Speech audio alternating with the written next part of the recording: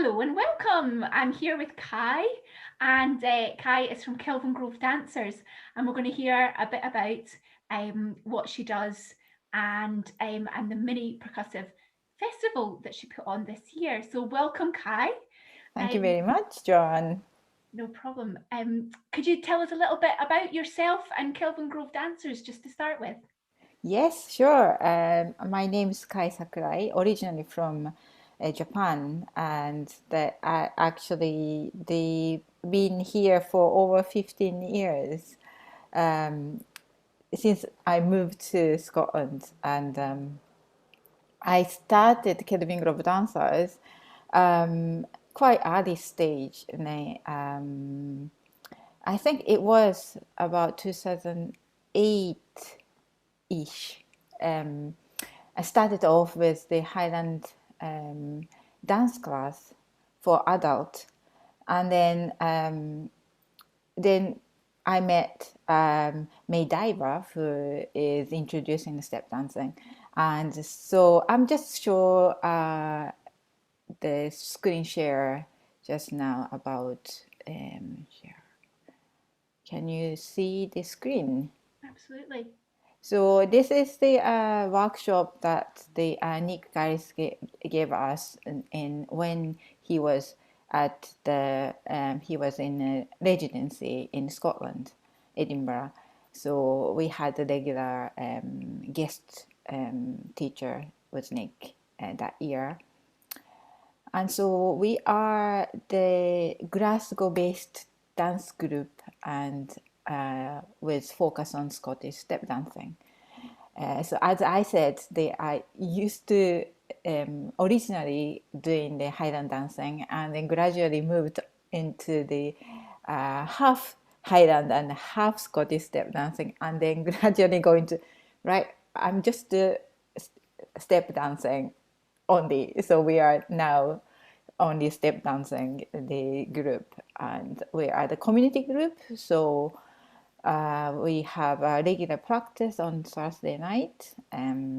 So in is DTS studio in Glasgow. It's really lovely studio. Actually, go back. This is studio. It's lovely wooden floor and wall and everything. But at the moment, unfortunately, we cannot gather, of course, in studio. So we are doing online classes. Great. And so you curated a mini percussive dance festival online in January this year. So Yeah. maybe you could tell us a bit about that? Yes. So I'm just going to another. Can you see the screen? Yes. Yes. So I did the. This is the kind of event during the Celtic Connection, and we started off kind of very small weekend thing. Started off weekend thing, and they slightly gradually growing. And this year we have had 8 tutors and 12 workshop altogether on Thursday. Thursdays is the our practice time, so we have Thursday with the guest tutors, and we had one weekend with 5 tutors. So I just kind of going to we had is myself. I did a beginners class, and we had start off with Sophie Stevenson, the Scottish step dancing, and she's quite growing just now. And next Thursday we had Caroline Lear. We had Caroline is so many times we have had in past, and so it was so nice to have her again. Right. So, and then we had a weekend with the first thing was the start off with Jade with the conditioning. So just kind of warming up for especially I asked her to do the for percussive dancers, and we had Vikram.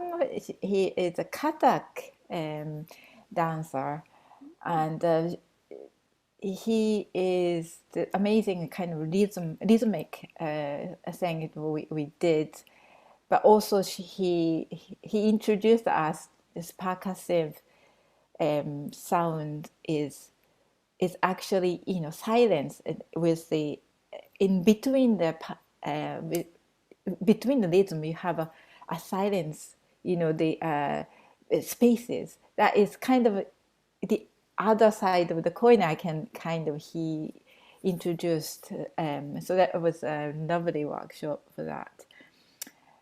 We had Leticia Sanchez. They introduced the flamenco. That is that we have had first time we introduced the flamenco. So it's really nice. She is from, I think she's from Madrid, um, Spain, but she moved to the Scotland last year. She came in January, and the lockdown started, and Oh no. no, it's really bad. But really nice to have her, and also we have had the next day we had the Jade for the conditioning. Then we had Kaylan Jordan from America. Ah, She's very established dancer and teacher and in Boston, and she kind of offered so many different styles to me, but I chose the old style Irish step dancing, and it was really really nice. So she introduced the choreography using her steps that the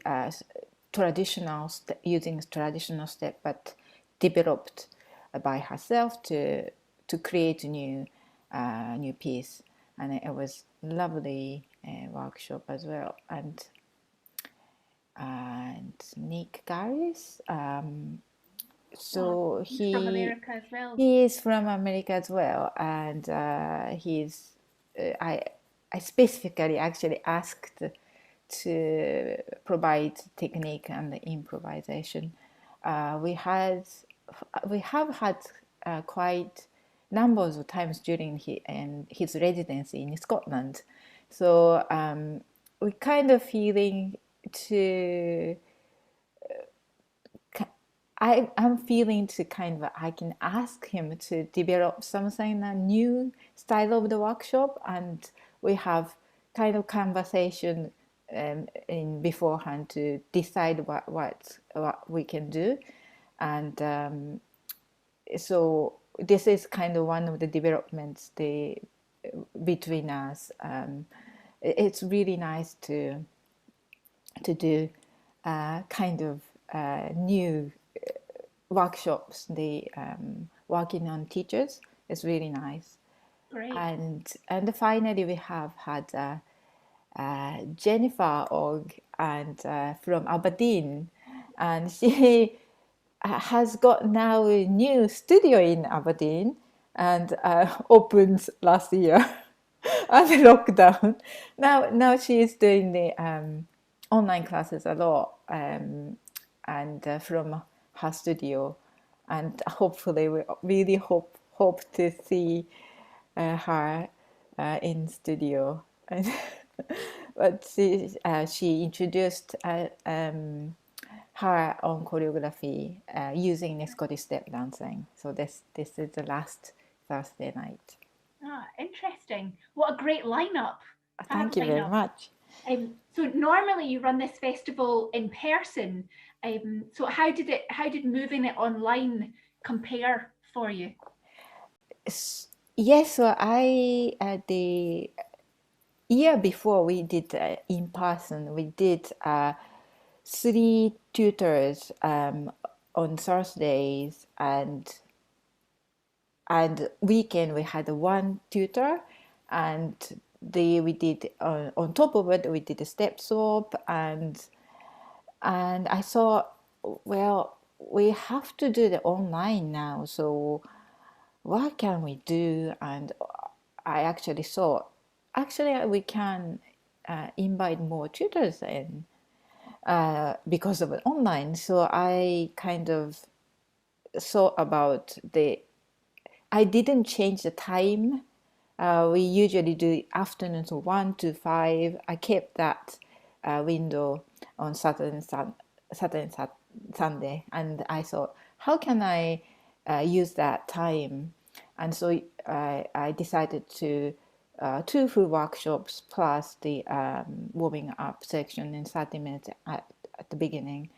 And I thought, why don't I ask varieties of style of percussive dance on the weekend and Scottish Cape Breton style on a Thursday night. So we kind of have a theme, um, and and going online. Surprisingly, more people coming to the workshops, and it was really surprising, and it was a kind of a chaotic, and in admin side.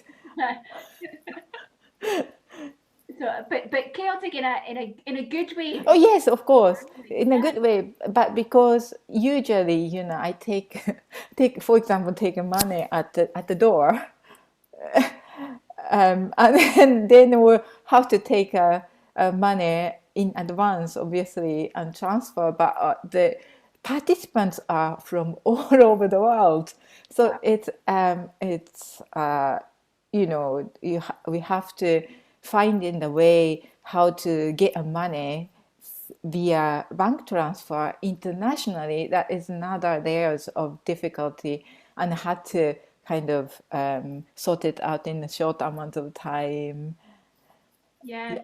yeah, great. So moving it online kind of helped to expand it, but it also so it had good positives, like but and then these other things that maybe not immediately you don't immediately think of. You don't think, oh, I'm going to have all these international participants and have to sort out all the money for that. That's a big job. Um, okay, so looking to the future then, do you think that the festival will go back to completely in person, or will you be embracing a kind of a hybrid version of it being online too? um, I I'm hoping I actually already spoke with the SDT studio to is it availability for the high speed internet access, and also the kind of screen that if I can, obviously the laptop is just too small to if I do the in person and online together. I'm kind of looking for the possibilities, because such a great way to uh, open up to the people who cannot access to the studio can come, even the to take a part in. So this really kind of accessible and wider audience, and it's a great way. So I want to do, but I really miss in person as well. So I'm kind of looking for the how I can do the both do the studio from the studio, but also can do this with online. So looking into the possibilities.